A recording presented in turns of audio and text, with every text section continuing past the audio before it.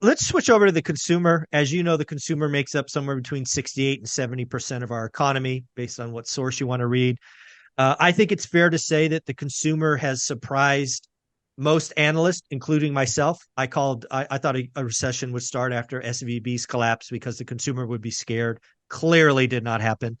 Why do you think so many folks have been wrong about the consumer? And again, like you said, we just printed 4.9% GDP. I think there's I, I think yeah. I think there's two reasons. One is that, well, wages continue to grow. Let's say wage growth is still, let's say, 5%. When you have strong wage growth, people have money to spend.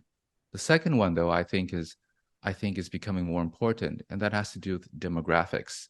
Mhm. So I think more and more people, as they retire, they're going into spending mode where they basically just spend down all their Ah, savings. interesting. Okay. So I think we also hear a lot that savings rate is really low and so forth, and that's because the consumer is really stretched. They're just spending all their money. They can't save. It could be some of that, but another, I think, bigger part is that you have boomers retiring, and so they're spending down their savings, and that's making the savings rate low, and that's also sustaining consumer spending.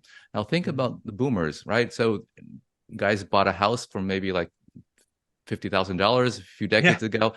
Now they're like, if they're in California, they're multimillionaires, and so right. they have a lot of wealth to spend. Well, think of the stock market, right? Boomers began investing a few decades ago. Stock market went to the moon.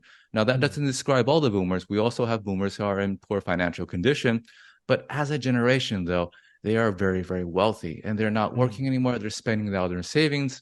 So for them, Interesting. they don't care about the job market. They don't care. Uh, but interest rates, they are just spending down what they've accumulated. And I think as we go forward, Very interesting. I think that could sustain the economy. It's a So it's it's a the gener boomers' fault. That's what I hear you say. I'm just kidding.